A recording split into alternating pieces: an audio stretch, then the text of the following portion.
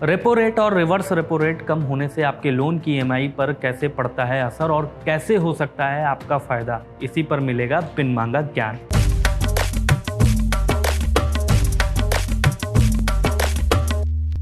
नमस्कार, मैं हूं पुनीत। आज रिजर्व बैंक ऑफ इंडिया के गवर्नर शक्तिकांत दास ने रेपो रेट और रिवर्स रेपो रेट में कटौती का ऐलान कर दिया।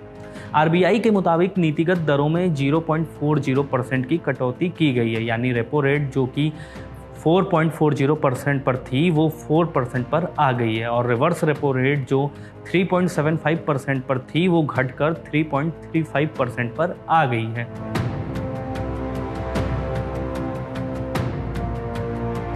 पिछले काफ़ी समय से रिजर्व बैंक लगातार रेपो रेट और रिवर्स रेपो रेट में कटौती करता जा रहा है, जिससे बैंकों के पास ग्राहकों को कर्ज देने के लिए ज़्यादा रकम रहे।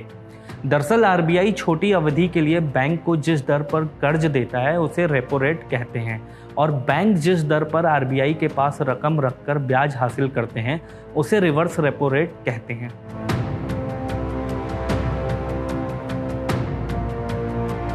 रेपो रेट कम होने से बैंकों को कम ब्याज पर आरबीआई से कर्ज मिलता है, तो इसके जरिए उनकी फंड पर लागत कम हो जाती है।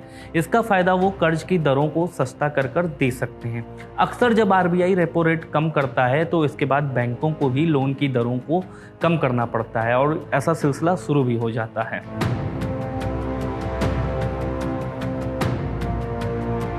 दिन भर के कामकाज के बाद बैंकों के पास जो रकम बची रह जाती है, इस रकम को bank reserve bank of India को देते हैं। इस रकम पर आरबीआई बैंक को ब्याज देता है और आरबीआई इस रकम पर जिस दर से बैंकों को ब्याज देता है उसे रिवर्स रेपो रेट कहते हैं। रिवर्स रेपो रेट घटाने से आरबीआई बैंकों को ये संदेश जाता है कि अपना पैसा आरबीआई के पास रखने के बजाय बैंक लोगों को ज़्यादा लोन दें।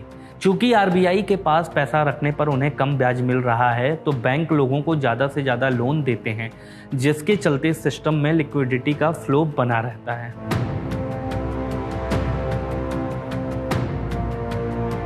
रेपो रेट और रिवर्स रेपो रेट आपस में जुड़े हुए हैं। एक तरफ आरबीआई रिवर्स रेपो रेट कम करके बैंकों के पास ज़्यादा पैसा छोड़ता है जिससे वो अधिक लोन दे पाए, वहीं दूसरी तरफ रेपो रेट कम करके बैंकों को सस्ती दरों पर कर्ज मुहैया कराता है, जिसका फ़ायदा बैंक अपने ग्राहकों को दे पाए।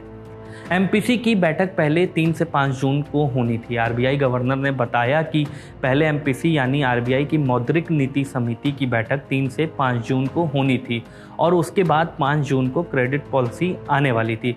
हालांकि इसे अब पहले ही कर लिया गया और 20 से 22 मई के दौरान हुई बैठक में रेपो रेट और रिवर्स रेपो रेट घटाने का फैसला कर लिया गया है। एमपीसी के 6 में से 5 सदस्यों ने रेपो रेट और रिवर्स रेपो रेट घटाने के फैसले के पक्ष में वोट किया है।